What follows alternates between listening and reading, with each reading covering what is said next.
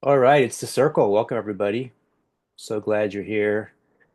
So glad I'm here, wherever you are in the world. Good morning, good afternoon, good evening. The time is always now. But also, the time is sometimes in the future. And we do have a retreat coming up this Saturday. So, super excited about that.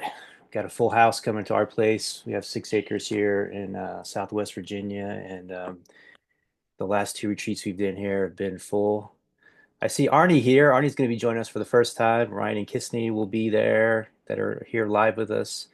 Haley and I think Jacob is here live, and a bunch of other people as well. So that's one of the things Gio was saying he wanted to talk about tonight is kind of the importance of bringing people together in purpose, bringing people together in person and on purpose. So I'm really happy that we're doing that. My personal coaching is continuing. So if you're interested in personal coaching or couples coaching, let me know. Have the men's mastermind group happening. And I had this great conversation with Gio, my son Gio. Gio and I have done maybe over the years, maybe like 4 or 5 podcasts together, and then all sorts of unrecorded podcasts, hundreds and hundreds of hours of conversation that have not been recorded and shared. But we were having a pretty riveting conversation about, I think it was about, you were kind of talking to me about how you were seeing a way. I kind of saw it how to create a more beautiful world or how to um, create a more idyllic way of living. When you say, Geo? Yeah. Um, so, well, let me just bring up one thing that we talked about, which kind of started off. Okay. When I was a lot younger, me and my dad would talk about this thing called the village, and we would talk about this goal of having, kind of like a community in person where it was just like this very like idyllic situation where people would live in harmony. There would be, it would kind of be self-sustainable. Um, and I think a lot of it is just based in more of like a natural way of living. Um, Returning to something that I think is more human than, sort of the modern way that people live and kind of, modern society tries to promote is like, a lot of this isolation, a lot of this, being so, on a screen for 10 hours a day or like, being disconnected from nature, um, you know, having all this processed food, et cetera, right? And I think, kind of the thing that me and my dad were talking about is we kind of brought up that idea again about, the village and what it means to live like a healthy life because at the end of the day, one of the most important things when it comes to being a healthy individual is having community. And that's kind of like what the circle is. That was like my dad's intention in creating a circle. But I think having something like that in person and actually having other elements with that as well that allow for healthy living, which is you know, one thing that we talked about as well is like, minimizing any screen use, right? So, having very little screen use or, another thing would be, having foods that are whole from the ground or, just eating healthier, but, eating less processed foods, eating less, uh, you know, fast food and everything, right? So that was kind of the main thing that we talked about, and then we also talked about uh, hippies too, right? That Yep. so Correct. yeah. So do you want to go into that, or should I? Well, I thought it was really interesting. I think so many people share that vision and share that dream of what you're talking about. So and then you're talking to me and you're like, yeah, and it's like families and there's children and there's like grandparents and they're like the grandparents help take care of the children and they're living and like next to each other in the same land and they're like growing food, right? This is like the vision that you were talking about. And like everything you're saying is there's two things that are interesting. First of all, it's obvious. Like it's obvious that's the way we're supposed to live, and it's also obvious that that's the way we used to live, right? So then it's like kind of like what happens? Why did it happen? And how, then the question becomes how, right? How do we recreate? Not that I don't believe in going back because you can't go back to the past because the past is over, right? But you can go forward and recreate the good aspects of things that you want to bring into being as you move forward, right? So certain values or certain aspirations that you see that are important, you can make that the focal point, and you can create those things. And if there's things from the past that weren't positive, you can let those go. And you kind of like as you move forward in life, I think that's how your life keeps getting better and better because you keep refining, you keep finding the things that are good, and then you keep fine tuning the things that aren't working and replace them. So, but I was really struck by the vision you're sharing is like, yeah, that's kind of like pretty much exactly how we used to live like a few generations ago, right? So I think that was the one thing that stuck out. And then we started talking about the hippie movement that started in like late 60s, early 70s, and then um, still exists to this day in certain quarters and places. And I think what you're talking about was like the vision that they had, um, but it hasn't really worked. And it feels like what I realize is kind of like just through my own life and observing and noticing and paying attention is the hippie movement was, as I was telling you, if you really look at it from what we were talking about, if you kind of follow what we talked about last week of like feminine and masculine polarity, the hippie movement was really a feminine movement, and it was a movement that was in rebellion or countercultural movement to the mainstream culture, which was um, a masculine focused culture, right? But sort of like unconscious masculine, the unawakened masculine, right? So then you had this like feminine movement, and you're saying, why is it feminine? I was saying, well, look at like feminine is like, you know, all of a sudden everything's very colorful, movement, dance, music, art, cultural expression, grow your hair out. Don't try to be confined to any laws or hierarchical structures, right? So this was really like a lot of the values, and then of course you have the whole psychedelics and the drug use and all that, and then you have like the free love and all of these things, right? So there's like this whole thing of like rebellion against the the system. They even called it the man, right? Which is perfect. Rebellion against the man. So literally they're saying like they're against the man, right? So there's this counter movement, but then the movement never really becomes anything because as I observe it, it hasn't, it has to, and I think this may be what's happening right now, actually. So I think we're kind of at an exciting time. It needs to integrate the conscious, awakened masculine. So then you bring the two together, and now you're really cooking, you know, on both burners. And I think people are realizing that. And so it can kind of look like you're going back, right, to a previous time, but there's this deeper sense of consciousness and awareness and like a higher order integration that feels like is being called forth. But I think you really do need, in order to succeed, you do need the masculine man as part of the equation. Um, in the same way, you can't succeed without the feminine woman as part of the equation either, right? So you need both of those components, like in a synergistic like dynamism, right? And that's where the creative vortex is at.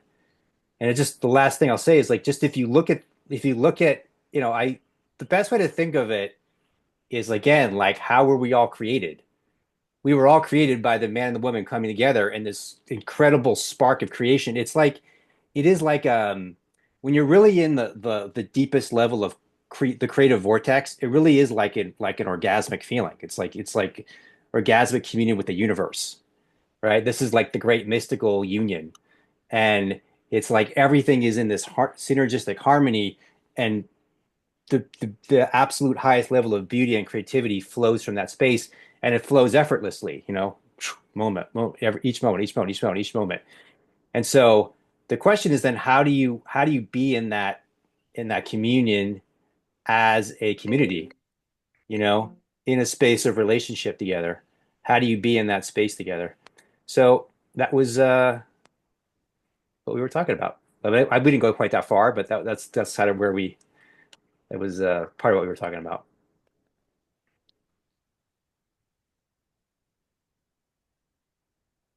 Any reflections on that, Geo? Yeah, so I want to add something too. So I think what you said is pretty spot on, but I also want to elaborate on the fact that I think the hippie movement this is the case with a lot of movements in history. It originally, I think, was a very good thing, but I think it started to fall apart after some time, and a lot of it became about, hedonism, and it was just very chaotic. And I think that's why it hasn't, been as powerful as it could have been. And I don't know if that was intentional, like not with the people who actually wanted to start it, but maybe there was, some sort of psyop or something, because some people say like the CIA, co-opted it or something, and there's all these like different theories. But I think that the idea that that society has issues and there's actually something to move away from is not an inherently like faulty idea. Like that's actually like in my opinion, it's very true, right? I think that there is a need for people to have a sort of countercultural revolution. But I think again, as my dad was saying, like the issue is like there lacks this groundedness, and some people might say like masculinity, some people say, the divine masculine, right? But it lacks this like groundedness that allows people to have structure and order and for it to become a really like true movement that has power that can really become something powerful. And I think that's what sort of the hippie movement is it lacked, and I guess in some ways still does lack, is this sort of groundedness and this, I think one of the most important things when it comes to that, and as my dad was saying, like the masculine feminine polarity when it comes together, it's very important. If you look at where that masculine and feminine polarity works together the best, it's in families. It's when there is a mother and a father and there's children, right? And I think that's also a missing element in sort of the hippie community is like there wasn't really a focus on family. There wasn't really a focus on having like the family and having, because like obviously having friends and things like that is also family too, right? That's also like an extended form of family.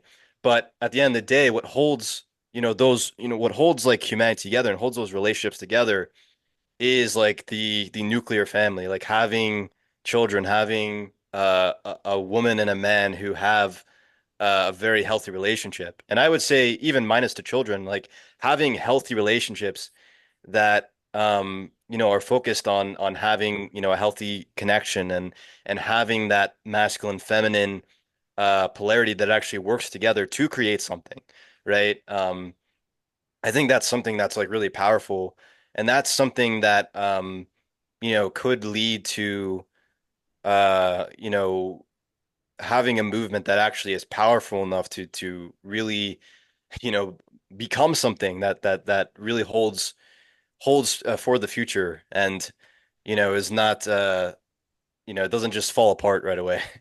And it doesn't have to be like some great movement. It's just a natural order, right? It's like we're just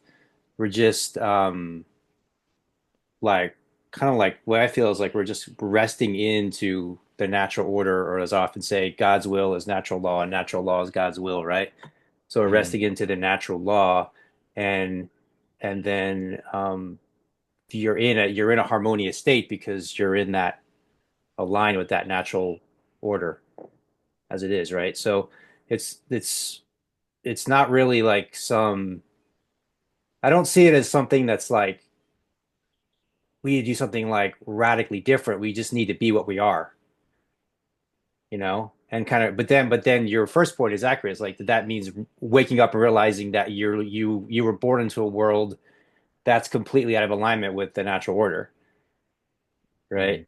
So, but I think the other thing I would say is like countercultural, like you're never going to succeed being against something, right? Just I'm against this, I'm against that. It's like, no, what are you for? You know, where are you going? What's your focus? What's your focus of direction? You know, Hmm. and that's where the masculine is very necessary because the masculine creates the sense of vision, direction, purpose, movement, and focus, and maintaining the focus. So the masculine, like things get rocky, things get a little uncomfortable. Like a strong, powerful, masculine individual can maintain the focus and maybe even probably even strengthen their focus. And that's where that element is important. You know, if you don't have that, then you just devolve into chaos, right? But if you don't have the feminine, then you don't have the creative energy, you don't have the intuitive energy, you don't have the be able the ability to sense and feel what's around you in the present moment to inform the masculine direction. So the two go together. And I think mostly what I've seen is one without the other, you know. But I think what we want to see is we want to see them both synergistically creating in a harmonious way together. Yeah, and that's also something I see particularly in my generation, because my generation is Gen Z, and I see a lot of division like between, the feminine and the masculine. And it's actually painful. It's painful to see because I see a lot of people suffering from that. And I see a lot of like toxic relationships. I see a lot of people who have a hard time, getting along. And I think again, like as you were saying, Dad, like the main thing is not that there needs to be some countercultural movement or moving against something. It's more so returning to what's natural. And what's natural is being able to have harmonious and functional relationships with each other. That's like the most important thing. And that's what makes a movement strong is having those formative relationships. Like I think that was one of the issues with again, like the early hippie movement, it was like there was a lot of dysfunction. There's a lot of, hedonism and so forth. And I think when you can return to something that is more grounded and has more direction, has more of that, as you would say, like divine masculine, um, that can be a very powerful thing. But it also, again, it comes down to what is natural like in the current modern era, right?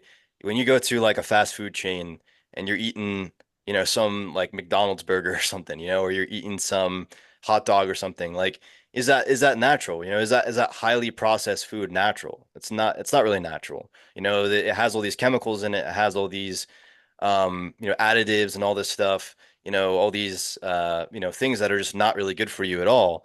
But, if you eat like, I don't know, like you grow lettuce or something, right? And you get, fresh tomatoes from a garden and you pick, like apples from a tree, like that is natural, right?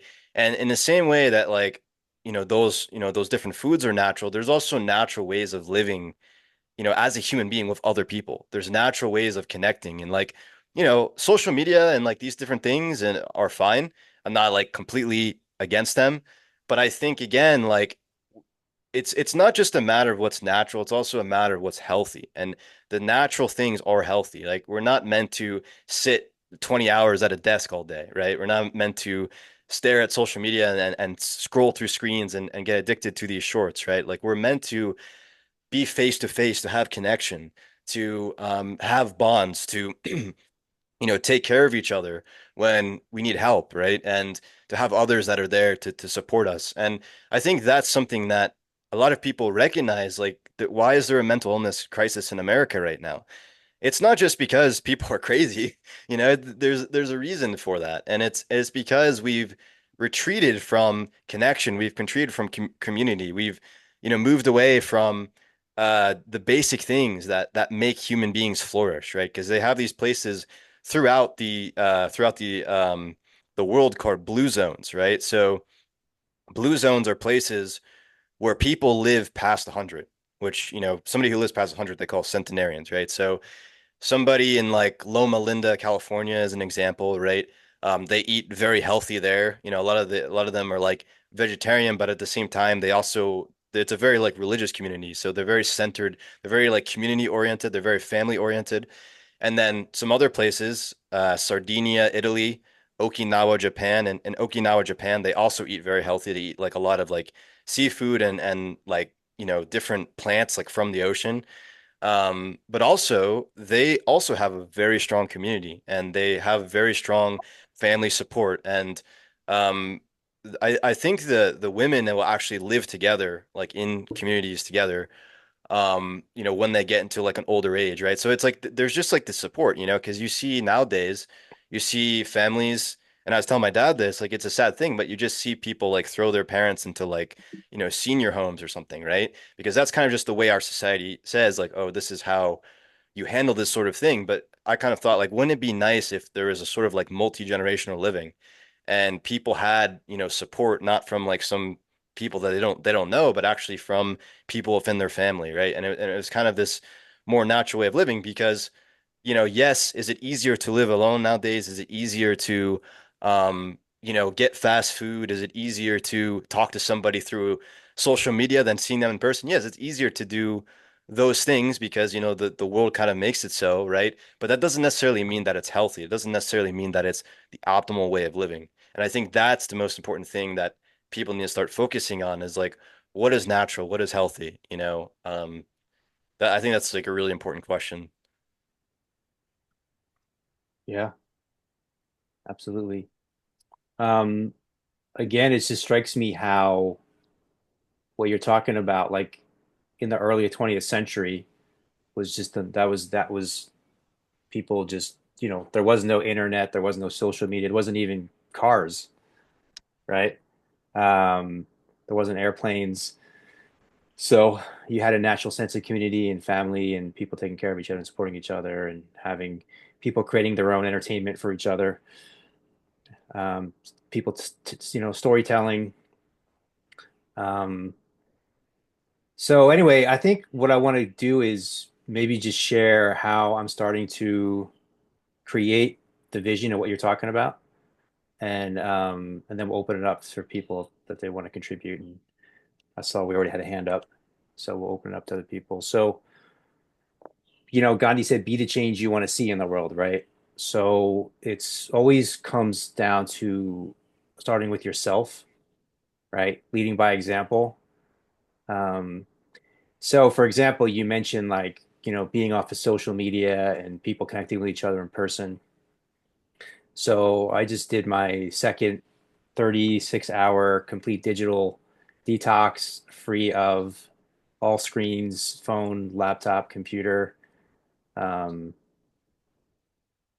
and I'll do the third one this weekend when while we have the retreat here.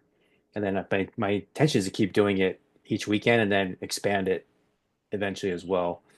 And I found it basically enjoyable. Like I didn't really find it like difficult or a struggle or some major problem. Or I think just because just people like you that want to reach me, Gio, that I'm not available, like, that's difficult, but that's just because for me personally it wasn't like oh, I'm having withdrawals or anything like that. I think it was so I think it feels good actually. Not to say it will for everybody, depending on how addicted you are to your phone and so forth. But that's something that I intend to expand. And then when we do the retreat this Saturday, I'm going to ask everyone to be off their phone, to be off their um, digital devices as well. So we'll have that space together.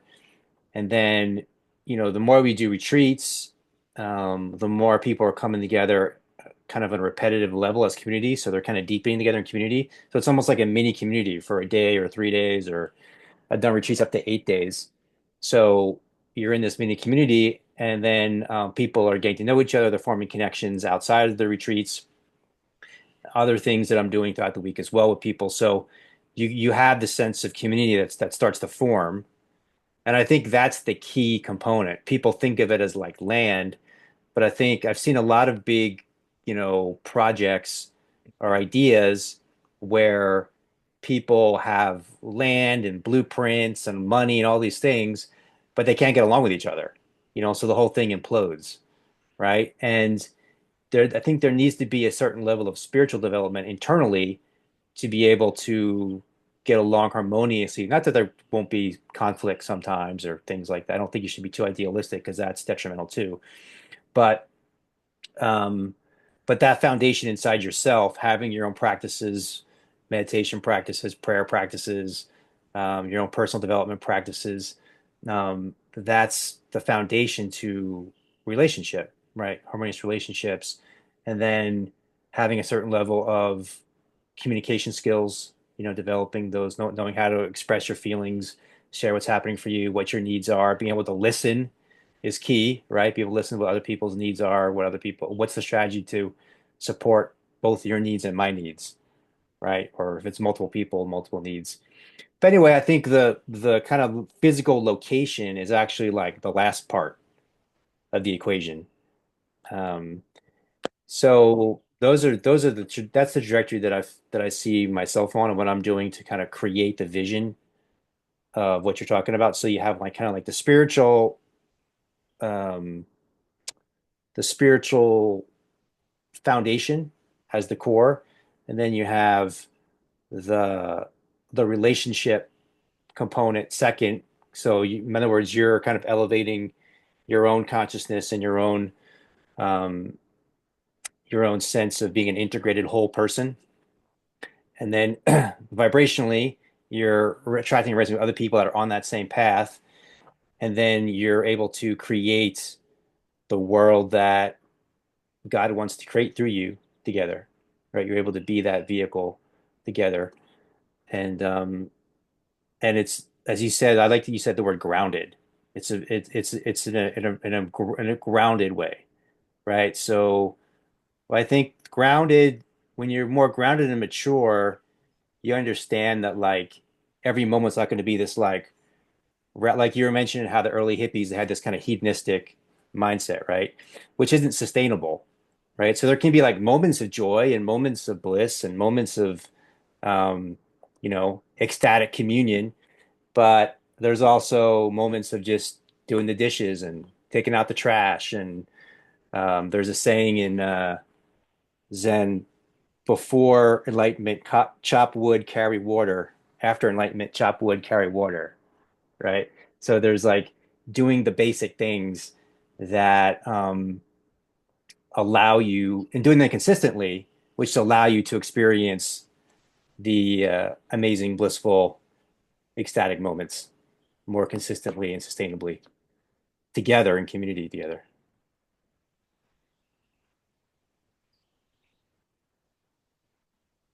Your thoughts, Gio? Perfectly Um, said, right? yeah, I think so. I definitely think so. Um, Trying to think of a couple points you said. Well, I can open up to some other folks for a while you're thinking. If anybody has any other, I think Ryan or Kissney has something they wanted to share. If anybody else has anything they want to share as far as questions or reflections or insights. A lot of these people have had the same vision that you've had as far as what we call the village or community and creating that. So, Yeah, actually, I just thought of what I want to say. So let me just say it real quick. Um, yeah, so I think that one point you said about like being the change you want to see is very important. And I think social media, I mean, it's kind of interesting, and I'm sure you noticed this too, Dad, and I'm sure other people in the group have as well. But there seems to be a movement that I'm noticing of people who are kind of waking up to, like a more natural way of living, and it's not like this very like ungrounded, like kind of like early hippie movement thing. It's actually like very like intelligent. It's very like purposeful. and people just genuinely want to be healthier and happier and have, just better well-being overall, which is, just again, just returning to that natural state. And so I think, I'm seeing people doing this all over the world. And I think, again, like most people are just starting with themselves, eliminating social media, eating healthier, meditating, right? I think meditation is like literally a superpower in the modern day because you're getting rid of that like external stimulation, which, there's so much of it nowadays with social media and then like entertainment and just the hustle and bustle of like, everything, especially if you live in like a more city, like a big city or like a highly And populated area, right? increasingly people do. So Yeah, that's exactly. we haven't even touched on that part yet, but that's actually a big component is getting out of the city, Yeah. And getting into the country. I think getting out of city again, like that's also farther down the line. Like if you do live in a city, like you don't have to like necessarily move out right away. But I think the key, like something I do and I absolutely love doing is just getting into nature, like getting away, from things and like being able to be in areas where you can just connect to things more and you're kind of not always surrounded by people, Now some people are like wired differently. Some people are more introverted, some people are more extroverted. But I think just having that peace and connecting back, because again, like to me, it makes no sense why people do like, I guess you do need research on these things because it's necessary to have that evidence. But, there's studies on these things. Like if you go into the wilderness, it improves your immunity, it improves your mental health, it lowers cortisol levels, which is connected to stress. Like there's all this science to back up, these things, which I think are pretty intuitive. Like it's pretty, I think most people feel better if they go into nature and like they're surrounded by the birds and the sunshine and river and everything and creeks or whatever. Um, but again, some people like they're so caught in the kind of like mundane hustle and bustle of life that they forget that these things are even important and these things bring well-being. So again, I think like taking those small steps, spending less time on social media, doing a social media fast as my dad has done. You can do 24 hours, you do 36 hours, you could do a week if you want. And you genuinely like I don't know anyone who hasn't done that and or has done that and not felt any benefits. Because I think it's a very powerful thing to kind of remove, this constant stimulation, this constant dopamine, that's kind of created by social media. And then also too, it's just like, again, getting into nature, connecting with others, like spending more time with family, spending more time with friends and doing things, like recently, with my friend, we went out and we played disc golf, which is like an outdoor sport where you can kind of get into nature a bit, right? Instead of like, just playing video games or something, right, with him.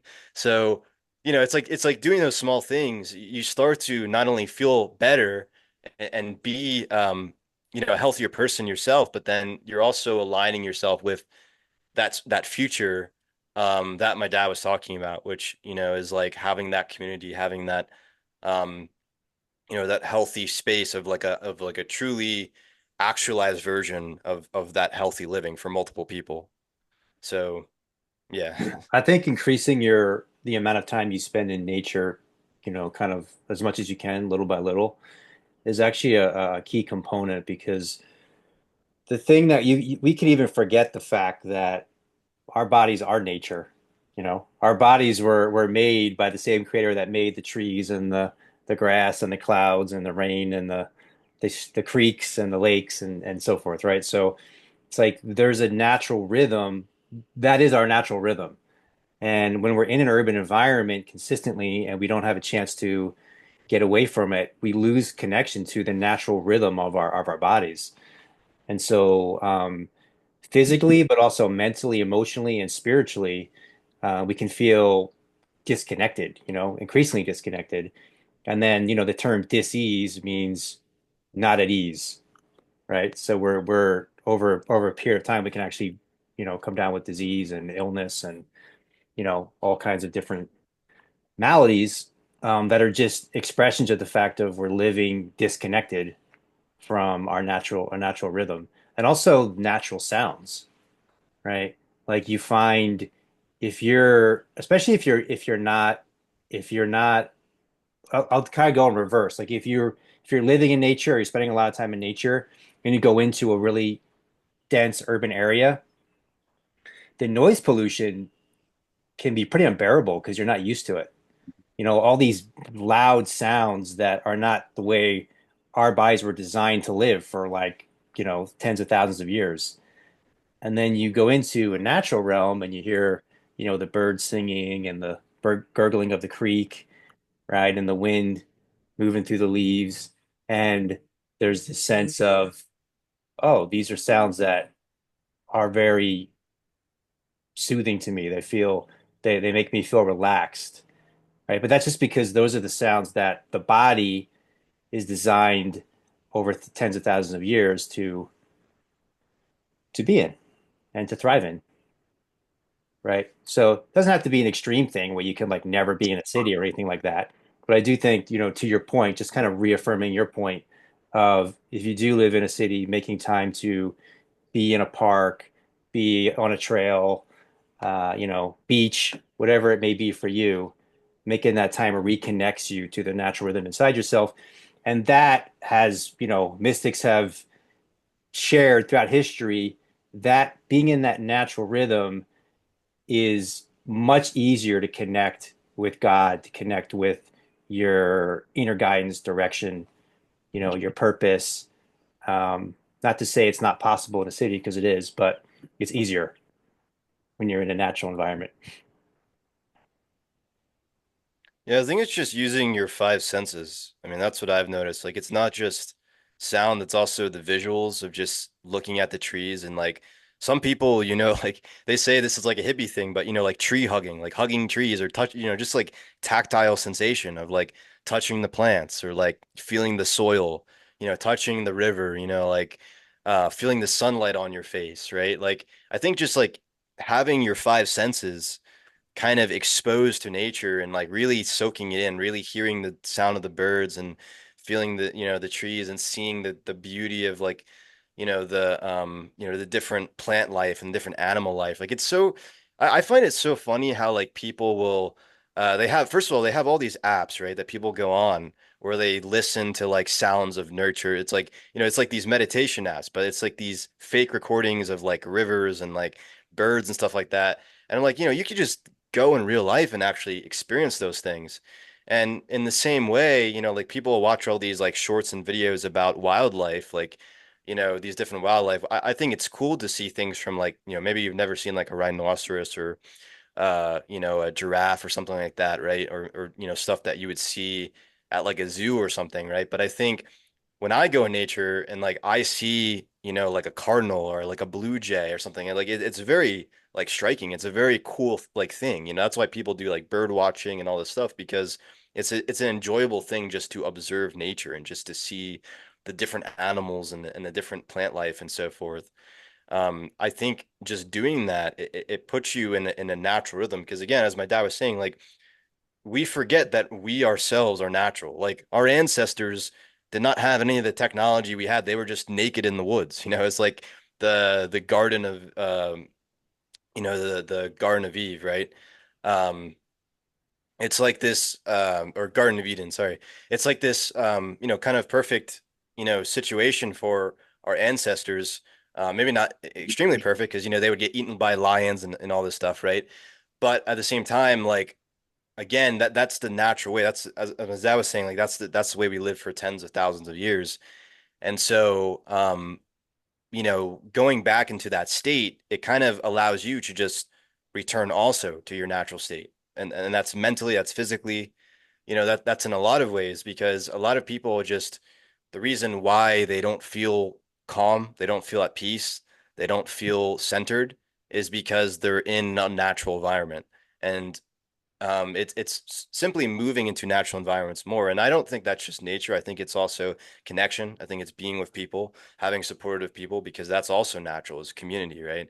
And kind of just, retreating from these things that are not natural, which I think intuitively most people know what those things are.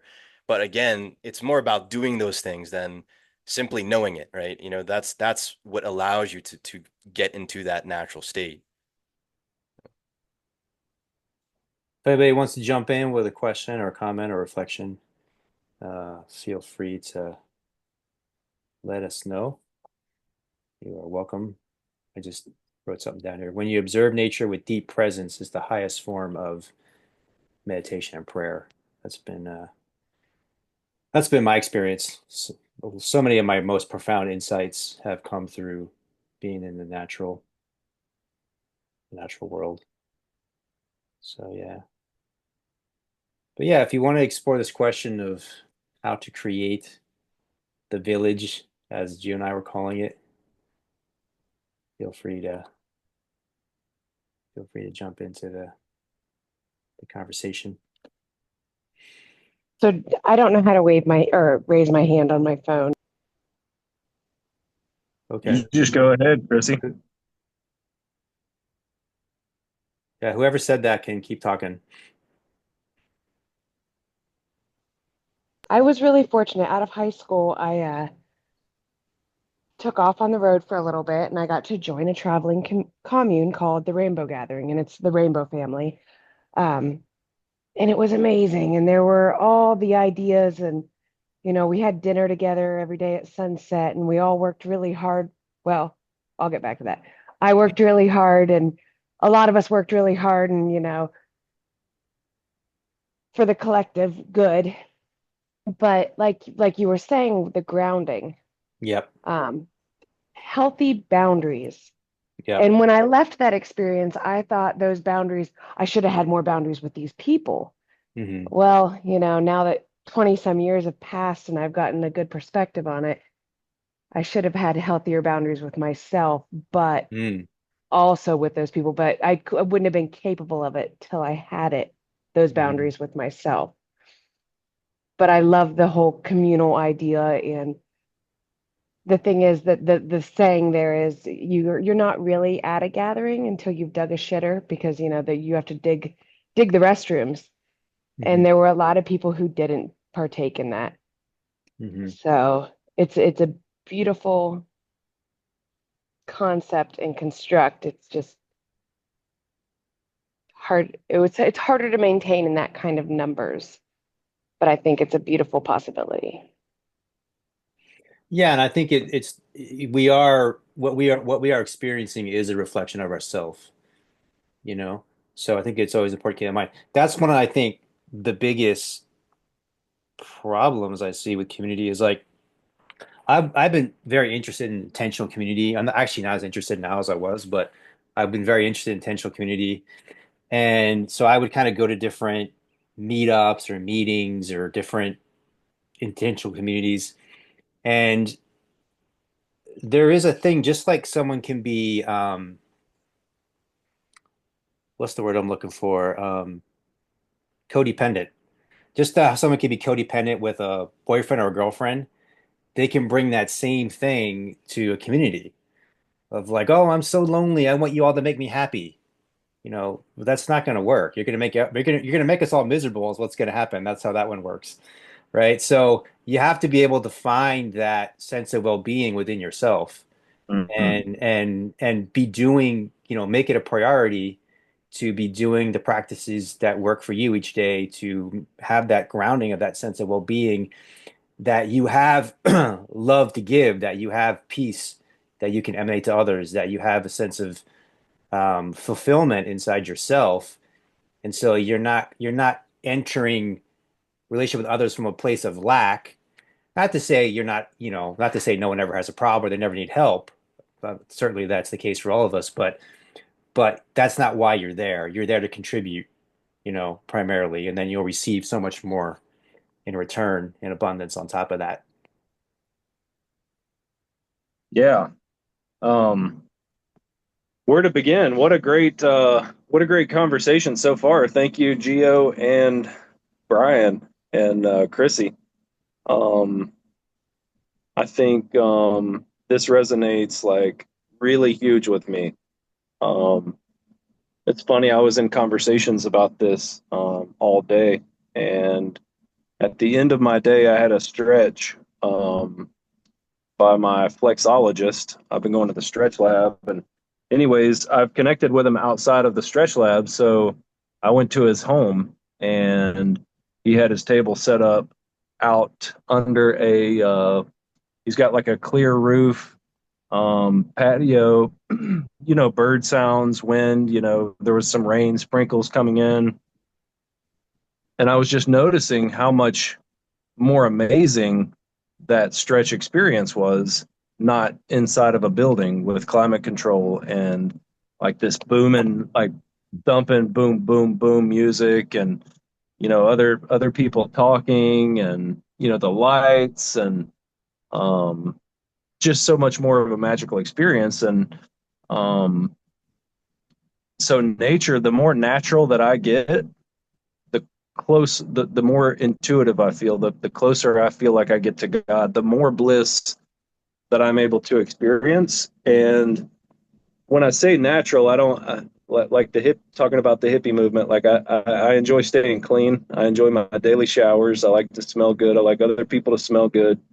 Um, I like people to be clean in general. So um, the natural that I'm talking about is connecting with the nature, eating the natural foods, like picking the apple off the tree, like you were talking about, Gio, and the fresh vegetables out of the ground, and the local meat that ate the vegetables out of the ground, and not something in a factory farm, and not something mass produced, and not something full of preservatives and chemicals, and basically just a bunch of shit put together that's not even real food.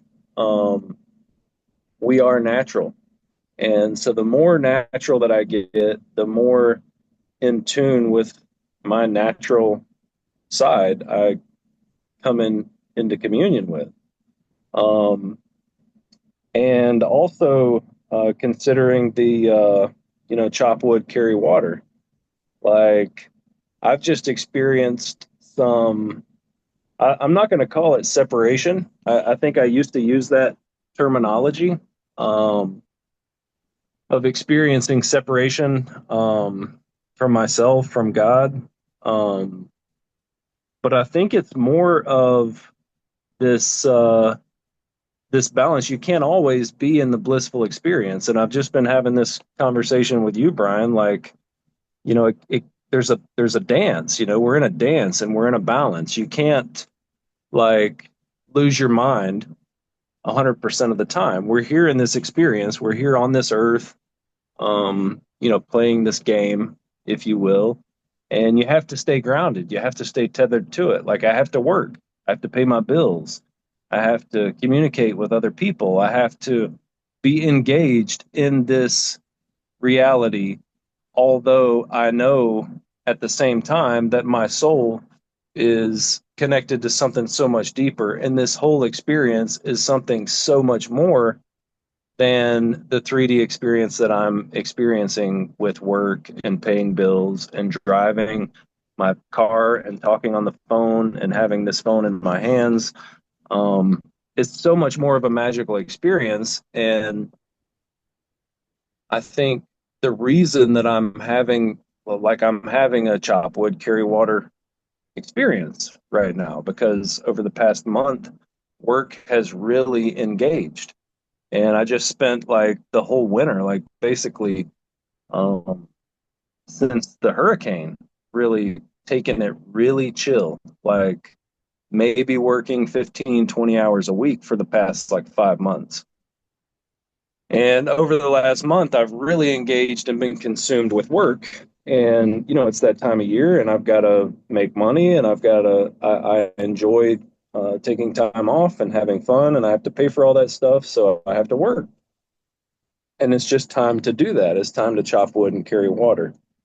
And so I can return to that place of like ecstatic bliss.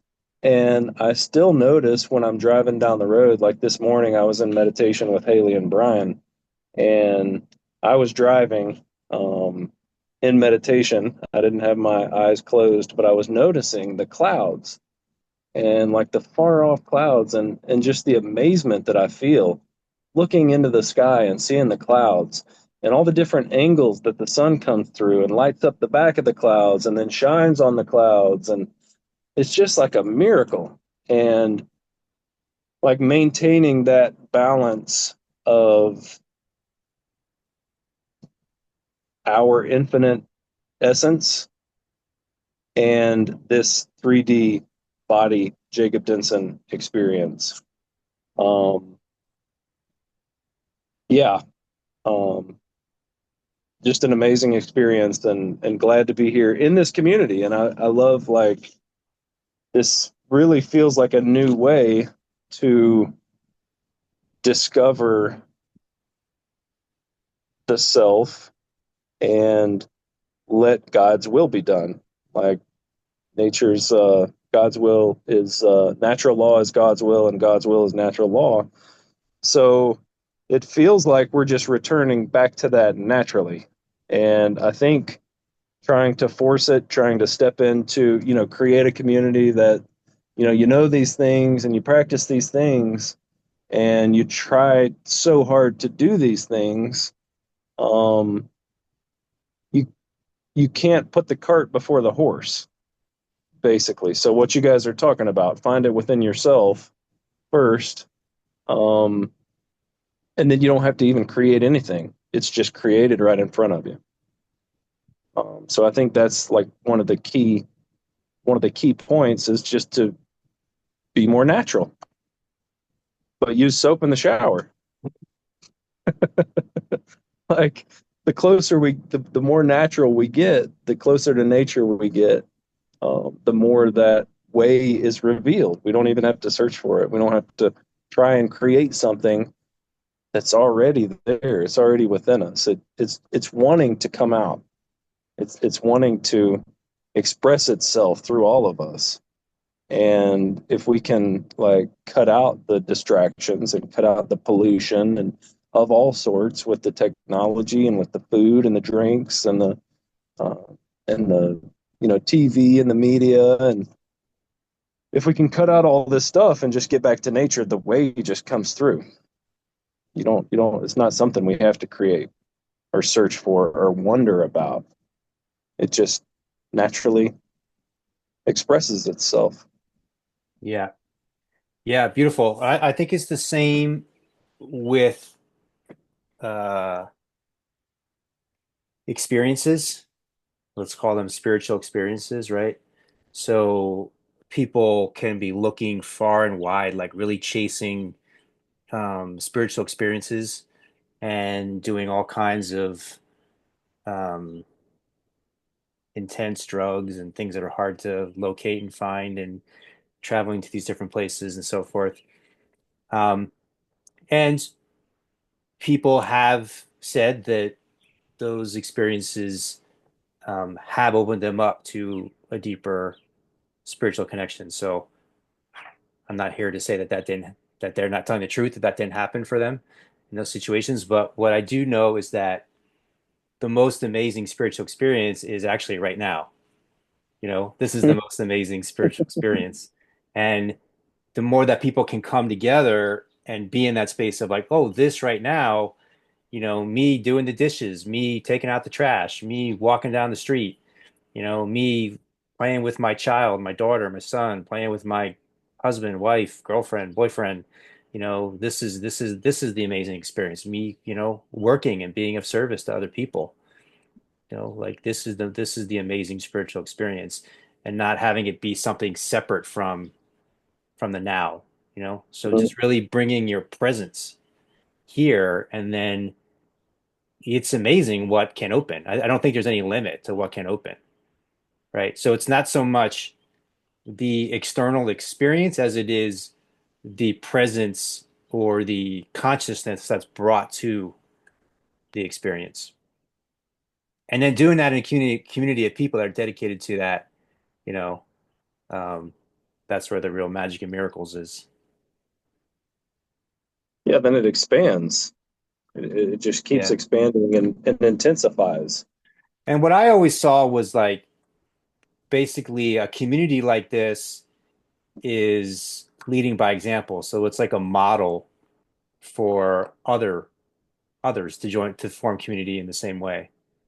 Not that it'll be exactly the same. I mean, there'll be a diversity of expressions, but um, the same foundation. I think one thing also that kind of relates to the sort of being present thing is I think as Jacob was saying, like kind of like the natural will, like God's law, like it's not something that you have to force. It's something that like is there intuitively. And when you're more present, when you put yourself more in those spaces of like being in stillness, I think like stillness is really important. It's something that I really enjoy is like having bits of stillness in the morning. Because even if you have a very like busy and chaotic day, if you can just have those periods of like stillness in the morning, just having that sip of tea, looking out your window, like hearing the birds, like maybe going for a morning walk or doing some meditation, prayer, right? I think that can be really a powerful thing, and also at night too. But I think the morning it's especially powerful. Um, but I think when you are present, when you are more connected to yourself, you can feel what's unnatural. Like you can actually be in tune with your body and your mind, and you'll find out like, hey, if I eat this food, I don't really feel that great. If I do this thing mentally, I kind of feel off and I feel a little bit down or whatever, right? If I do this thing and that thing, and then like the more that you do that, the more the kind of answers like God's will just be laid out for you. It will just become intuitive because you're more present when you're with yourself, right? And I think a lot of people like the reason why they're not as connected to themselves is because they're always focused on the external, right? They're always like, they're trying to escape their internal state. Because I remember, I don't know who this quote was by, but there's a quote and it's like all the world's problems would be solved if people could sit for 15 minutes alone, like in a room with nothing, right? Like all the world's problems would be solved. Everyone could do that. And I think like that goes to that example. Like if you're able to be at peace with yourself and not have to always have some external stimulation all the time and have, like always have something going on, which I think a lot of people they can't handle their own thoughts. They can't handle being present, right? It's uncomfortable for them. And that's not, that's not a bad thing. It just means that sometimes, doing the things necessary that we need to do to be in that more healthy state, to be in that more intuitive state, it can be a little bit uncomfortable at first. And I think again, I think when you're able to be in more of a connection with yourself and you practice that more and you stay more in that present moment, also, those times where like Jacob was saying, like when you're busy, that can also be meditative. Like I've done a lot of work where it became meditative, like, doing even just doing chores or something like that. It can be if you understand how to be present and that becomes more natural to you, those things, those sort of mundane, chopping wood and everything, right? That can actually be a meditative thing because, there's Zen masters and there's Buddhists and everything, and they actually do work as a meditative practice. They have gardens and, it's a whole aspect of like different forms of Buddhism and different forms of, Zen, right? So I think, most people don't realize you can be in a peaceful state all the time if you just really try to harness being in the present moment and because I think people don't understand that there's layers to consciousness. Like consciousness is a very expansive thing, and people think it's like this one layered thing, right? But obviously not. If you if you're really excited or you're really um you're really invested something, really focused on something, like, you kind of have that free flowing thought, right? If you're making music or you're making art or something, that's a different form of consciousness. If you're at peace, if you're in nature, right? That's another state of consciousness, right? And they have all these different brain waves, for meditation. So I think like people don't understand that you can actually, the more you put yourself in that state of being aware, right? Being in the present moment, being aware of your five senses, being aware of, more connected to the universe, and kind of having that, um, that feeling of, not the ego, but kind of being disconnected from the ego and being connected to the things around you.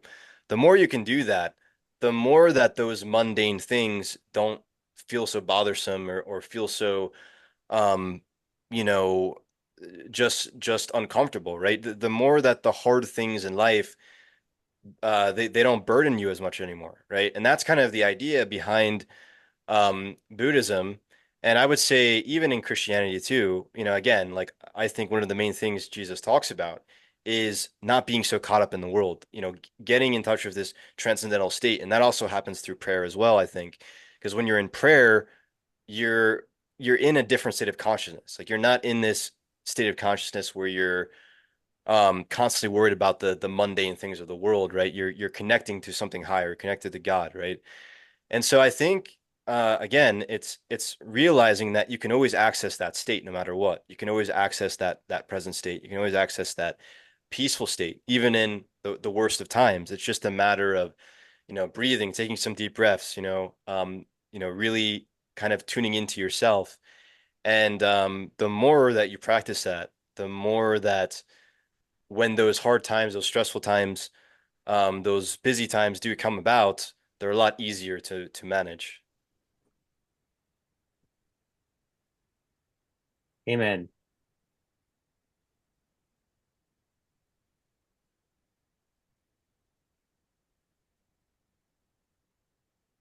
So let's create the village. Let's The do it. village is creating.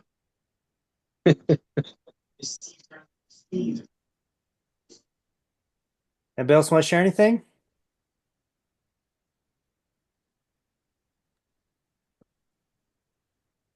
I think we're gonna. Who's that? Somebody say something? I Did I, thought Mark had come off did I, mute. did I imagine that? Oh, I've been off mute the whole time.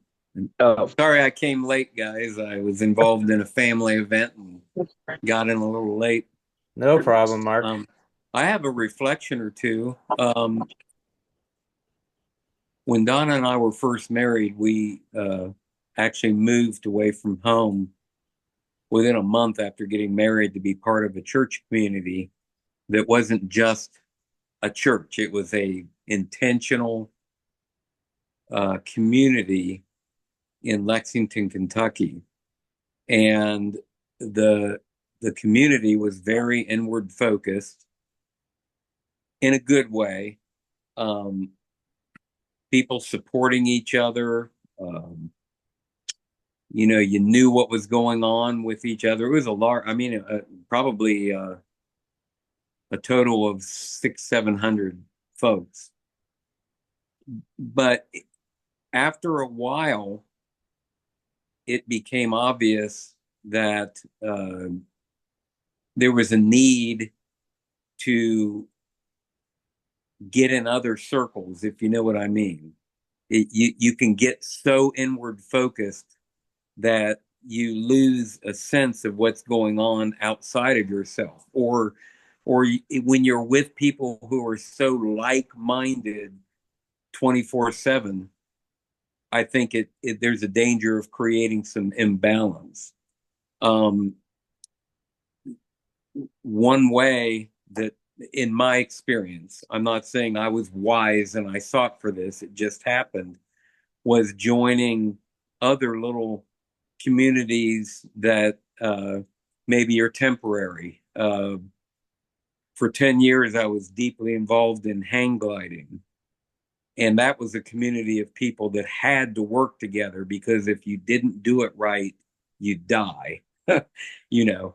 And so that community was made up of people who were from all kinds of walks of life that were outside of my own personal experience. And it was really wholesome, really good. Um, Same thing happens when you maybe uh, take a class that lasts for 12 weeks or so. You begin to form a little community. And when it's over, you miss those people, and you know, but I think you can hear what I'm saying. Yeah. I the 7 years that we lived as part of that church community in Lexington, Kentucky, were so formative for Donna and me. And it was an experience that was wonderful. I'll never forget. But the negative of it was when we got so inward focused that we just got out of balance. I think it's a very good point. Yeah, I'm glad you brought it up. We hadn't really mentioned anything like that yet, so thanks Yeah. for contributing that. Yeah, the becoming so insular that it feels like it's always important for me personally. It's always important to be exposed to other points of view. So I'm continually like, it helps you to kind of check yourself. And am I missing anything? Is there an aspect that I overlooked or, Yeah. yeah. So, and I think that's part of the intention here is, we have had and we'll have people with different points of view, and it helps us just think. It doesn't mean you can hear a different point of view and be like, actually, I still think my point of view is best for me, but it may open up a different angle or a different something that was hidden or something that you didn't notice that allows you to expand and integrate Yeah. wider. And yeah, I think I mean, there's a name for communities that everybody has to think exactly the same, and no one's allowed to question anything. They're called cults, right? Yeah. So Different cult. that's the Or- danger of right. what you don't want to be in, Well, and right? I've shared before, I think in this setting where uh, many of the folks that I look up to in my Christian walk, people who are like-minded with me that are connected on Twitter and other social media, I, I am so discouraged because those folks have started fighting with each other, Hmm. and it's ugly. And it's I think, oh man, Jesus said they'll know that we are Christians by our love, and this is anything but. I mean, what I experienced with these Yep. guys on Yep. Twitter. I mean, they're at each other's throats over tiny little doctrinal issues that are. I just shake my head and say, how can these otherwise very mature people get to this uh, middle school kind of mentality where they're bickering over the most ridiculous things? And I think again, that's that danger of being so inward that I don't know, you got to expose yourself to outside views just to stay balanced. And you won't be balanced And if you is that an online group, Mark? well, it's not even a group. It's just how you, I don't know how many of you all are on Twitter, but you Yeah. begin to uh, what's it called? You follow somebody on Twitter Yeah. Yeah. because usually because they're like-minded, you Yeah. know, and then Twitter will feed you other people that the algorithm thinks you can Yeah. identify with. And Yeah. so it just kind of happens algorithmically that Yeah. you end up with a whole bunch of people that in 80% of ways are very similar to you. And then I've experienced it turns ugly. Yeah. It's some of the people who should be the most loving are ugly at each other. And so Well, I the just reason want to say yeah. I'm thankful for this opportunity to spend time with you all like this because it just has provided a wonderful balance to to my otherwise life. Yeah, likewise. And I think you bring something valuable to us here as well. So appreciate it for you being here as well. Thank you. Yeah. But I think it goes back to Gio's original point to me. A reason why I asked if it was online group, because I think if you had those same people and they were in person in a living room together, I think the conversation would be very different. I You know? agree. I totally agree. It's easy to snipe at each other Yeah. when you can just turn that person off Yeah. or unfollow them or Yeah. whatever. Yeah. Yeah, And you don't see their face and how it's affecting them and right. So it's easy to kind of just basically dehumanize someone that's right. online. And I So think I just want to say like this to me is the next best thing where we're seeing each other's faces, we're hearing each other, we're having actual conversation. It's not edited. Someone's not. 4 hours later, you know. So Yeah. I think that's the value of what we're doing here.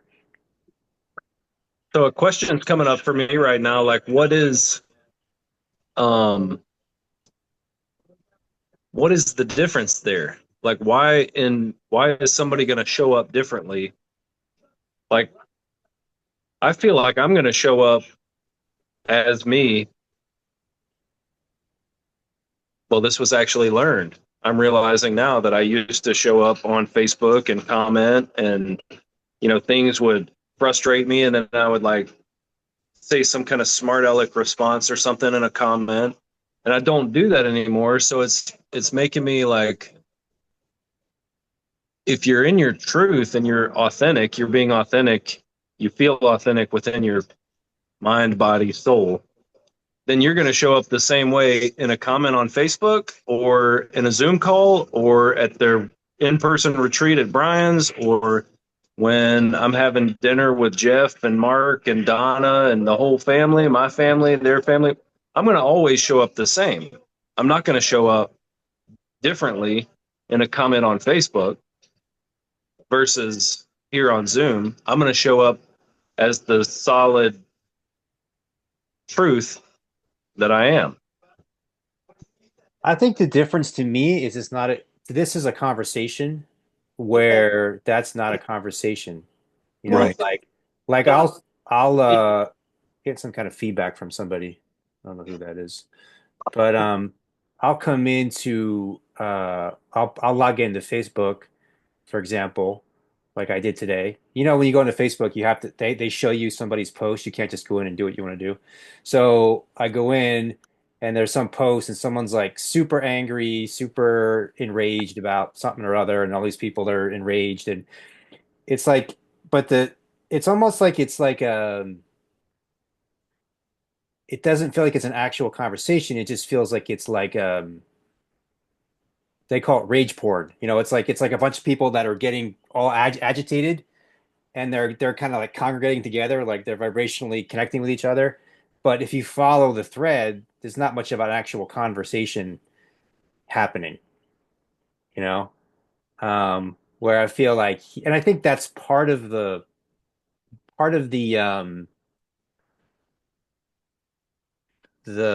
anger is like the highest need we have is to feel seen and heard, right? Yeah. So it's not really the way we're designed to communicate. So it's like you don't really feel like you're really in a real conversation. So it's frustrating, you know? Where I So think if people could just feel like they're being seen and heard, then everything kind of just, you know, grounds. I think you're right, Brian, that and Jacob, what I realized with this group of like-minded folks on Twitter and all, people make crazy, not, how can I say it, not a crazy comment, but they'll make a comment out of the clear blue that's maybe a little bit shocking to start a conversation, Yeah, exactly. but they want to distinguish themselves above Yep. everybody else. Yep. Whereas if you get if like when I joined that hang gliding community, I was the low guy on the totem pole. People had to teach me things. It was very humbling to learn the sport without killing yourself and other people, and putting yourself in a place like that knocks you down the totem pole is a very healthy thing. But when all kinds of like-minded people are together, the only way to distinguish yourself is to try to outdo your colleagues. Maybe, I don't know, maybe that's part of it. Well, also, I will say, Gio can comment on this because he's kind of studied this a bit as well. If you want to be a social media influencer or you want to get attention on social media, because how many posts are going up on Twitter or X, every minute, right? Tens of thousands. So, but if you say something shocking, then you'll get potentially more attention, and then and people start following you, and there's more replies, and people are upset with you, and you know, it's the attention economy. That's right. So it's a known tactic to build your following, but it doesn't create any real sense of like actual healthy communication or dialogue or you And know. actually, if I may add just to comment on that, it's not just to call attention. There's a whole discussion about, the egoic reasons why people want to call that type of attention to themselves. But now, especially on Twitter, because of the way the monetization works, okay? There are people who have learned to milk this monetization of their account. So if you have a huge discussion on your post, and then Twitter's going to put ads on there and give you a piece of the revenue.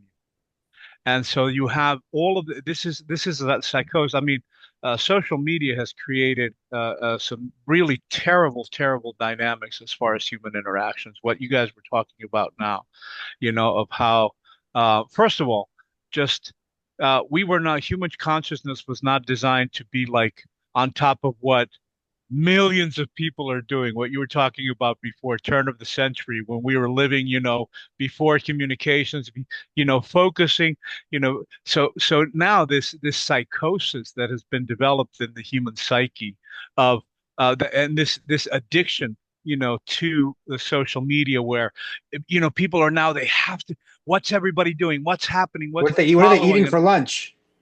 And it's a psychosis. It's digital illness that's being developed, and there's a deeper, darker reasons for that. The what I going back to what Gio was talking about earlier about what happened in the movement of the '60s and how it degenerated. I just call it, there's a tug of war has been going on between the forces of consciousness and the forces of unconsciousness, each trying to pull, and so what's happening now with social media, this monetization thing, there are people who are specifically creating, divisive posts so that people will go on there and start fighting, and they're doing it for money. They're doing it so there will be thousands of comments on their post, and because they're monetized, and then Twitter will start kicking them some revenue because of the ads. So, the intentions of it, it's just so unconscious, Mhm. sticking it to people, poking at people's emotions to get them riled up. And that's just one side of it. What you were Yeah, talking and about, right? it's on all of them. It's on. It's on all of them. Yeah. And one of the things that you were talking about, Brian, I don't want to get into the for or the against, but if you look at, for example, what's happening now, in the political sense, there's this huge, huge beef, both sides, for and against. It doesn't matter which side you're on or for, both sides are foaming at the mouth. And this is on purpose. What you were just talking about before. People are, and so do you think, I'll pose you a question. Do you think there's a purpose behind getting people so riled up, so emotionally involved to generate? Because on both sides, the for and the against, whichever side of the political spectrum you want to stand on, I stand neutral. You know, on both sides are foaming at the mouth. Both sides are ramped up with, with a lot of negative emotions, hatred and anger and pointing fingers, and both sides are doing this. And what I see from behind, something is feeding off of this, all of this negative energy. And so this is on purpose. This, the divide and conquer on steroids is what's happening as far as that, because there's all this, negative energetic production going on. The human avatar and the divine power in it is very powerful. And so also the positive and the negative energy production. So that's what I see, this. But anyway, I just wanted to throw that in there. Yeah, I mean, I agree. I mean, there's a lot of people making, I mean, there's multiple layers to the motivation, but the first surface level is there's a lot of money to be made by, creating division and getting attention. And then, through And, the attention economy, you can make a lot of money off of that. yeah. Something came up earlier when Gio was talking, that which kind of ties into this, I believe, is you mentioned that getting out into nature, there's like there's scientific studies that say that boosts your immune system. And if you remember when COVID came out, they shut down the parkway, they shut down the parks, they shut down the beaches. And it's like, why? If I heard that they were giving $5,000 tickets in Malibu on the beach. And it's so funny, like, why would they do that when there's all these scientific studies that prove that is actually good for your immune system? That's actually building. I mean, the salt and sea, the air, like that, is crucial for our immune systems and to lock everybody down and keep everybody inside. So it makes me question like this whole distraction thing, this whole uh, social media distraction thing, this whole distraction, telling people to stay out of nature. Like, what is that about? Is that what money is that creating? Is that the pharmaceutical industry, like making people sick, like generating disease? So people need doctor care, so they need medicines. And this whole, I've been caught up in the pharmaceutical and the Western medical doctor loop for a decade, nearly a decade, with yeah, very sick, and getting more pharmaceuticals and to treat the sickness, and then getting sicker and sicker and sicker in this horrible loop. So, like, what is all this? What is all this distraction, man? What is all this hate, all this fear, all this divisive, all this stay inside and don't go into nature? Like, what is this? What's going on here? I mean, for me, I just the more that I see all that energy, the more I just find myself disengaging from it more and For more. sure. And then I Yeah. find myself creating this space and inviting people to join here, and have real conversations. And obviously, you can have conversations outside of here too, real conversations. But, I think creating real conversations feels like the answer. And then through that, you can come to we can help each other to see things clearly, find, live from the truth, live from that expression and support each other to, um, some friends of mine call it, sense making, help each other to make sense of things. I think that is the key, is to focus on, like, not the problem and who's creating the problem, but to focus on like what we're here to do and what we're wanting to create in the future that we're wanting to do. So yeah, it's just very curious, like all this distraction that's been set up. To your, oh, sorry, if you want, you can go if you want. I was just gonna add, and Brian, I know sometimes you don't like me talking about this point of view, but you did mention a little while ago about sharing different point of views. And just to your question, Jacob, I'll just mention the word looshing.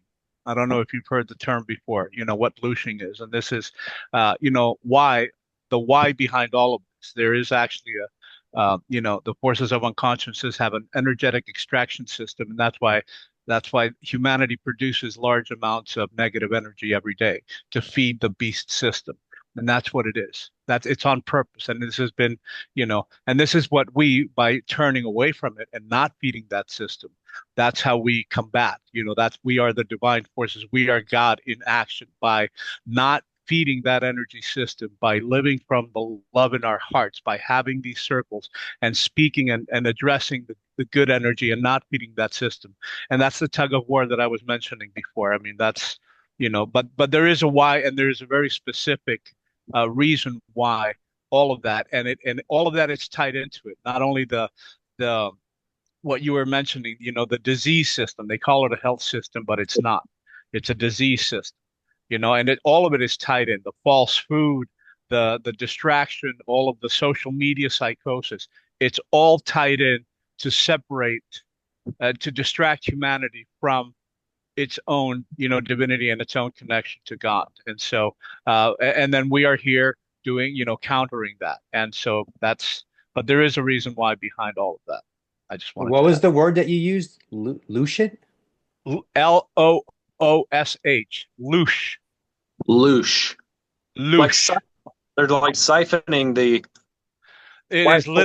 It is literally, and I know I'm going to get a little far out here for you, but basically, this is a hologram, and the forces of unconsciousness have hacked this hologram, the fallen for a very, and there is a system in place which is falling apart because we are at the end times of that particular time in history. These are very big cycles and this is all actually part of the divine plan, by the way, too. This was allowed because it's an experiment, that we all agreed to participate in, this experiment of unlove.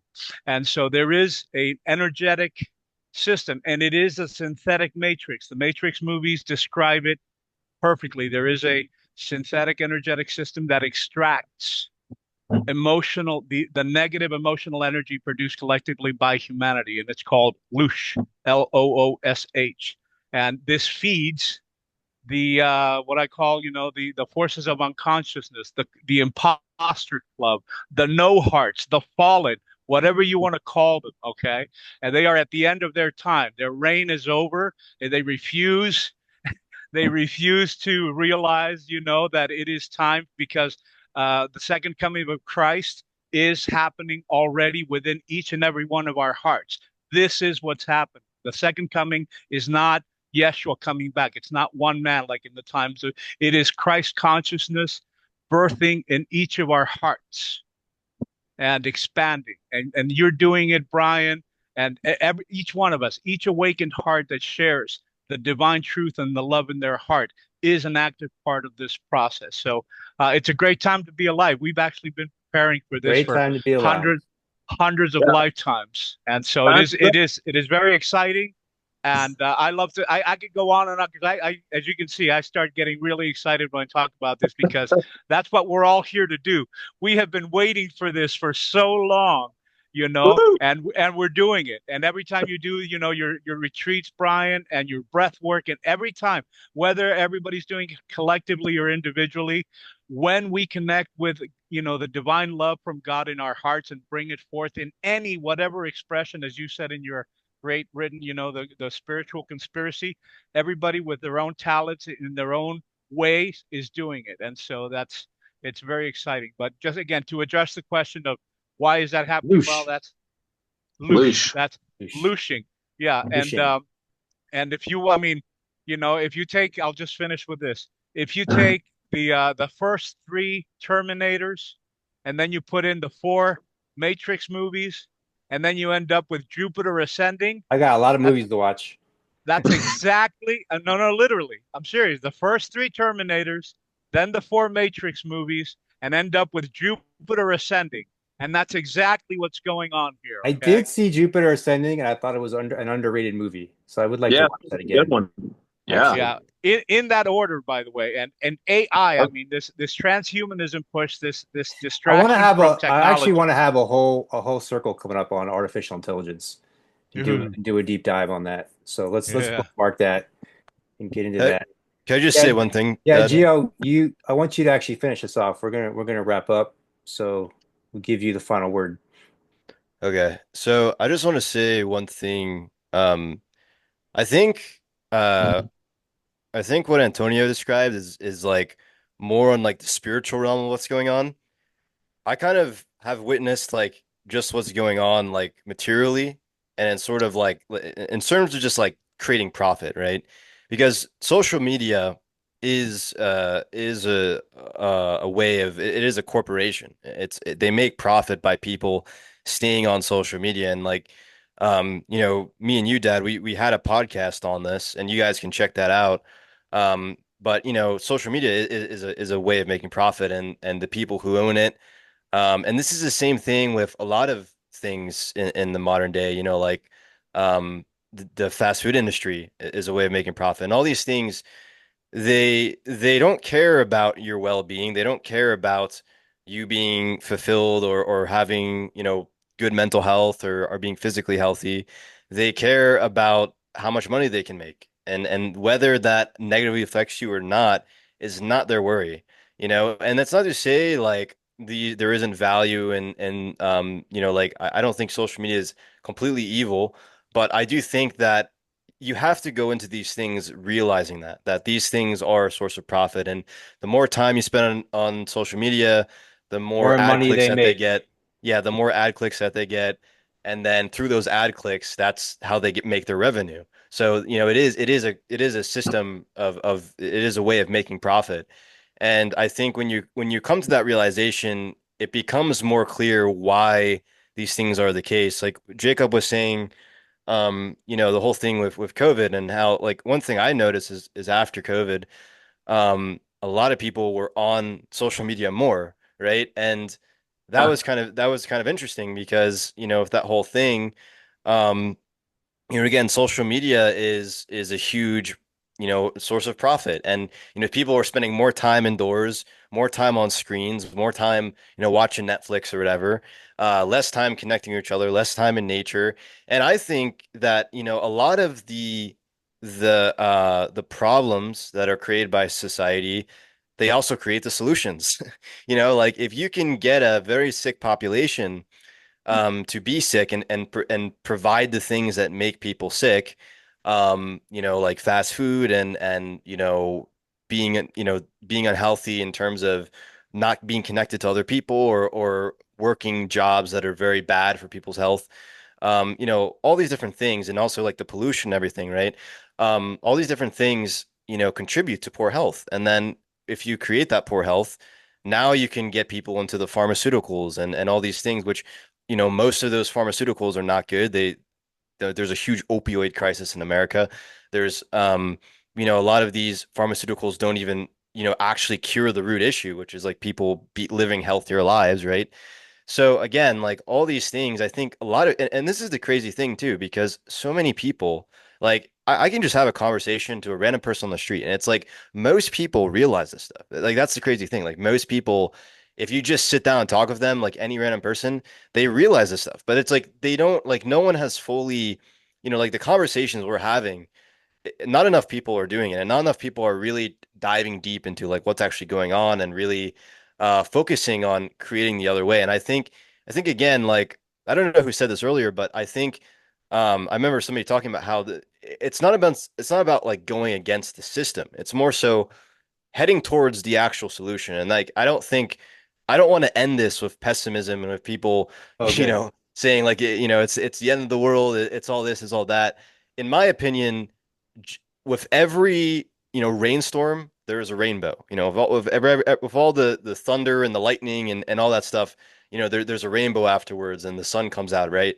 And so I think really this is a time for people to wake up to what's true and to wake up to the actual solution, which again is not it's not about going against things or doing violence or any of these things, right? It's more so just about following the right path and heading towards what's healthy and creating that community and doing the right things that are actually headed towards that's not part of that system. That's not part of the loosh system or the matrix, as they would say, right?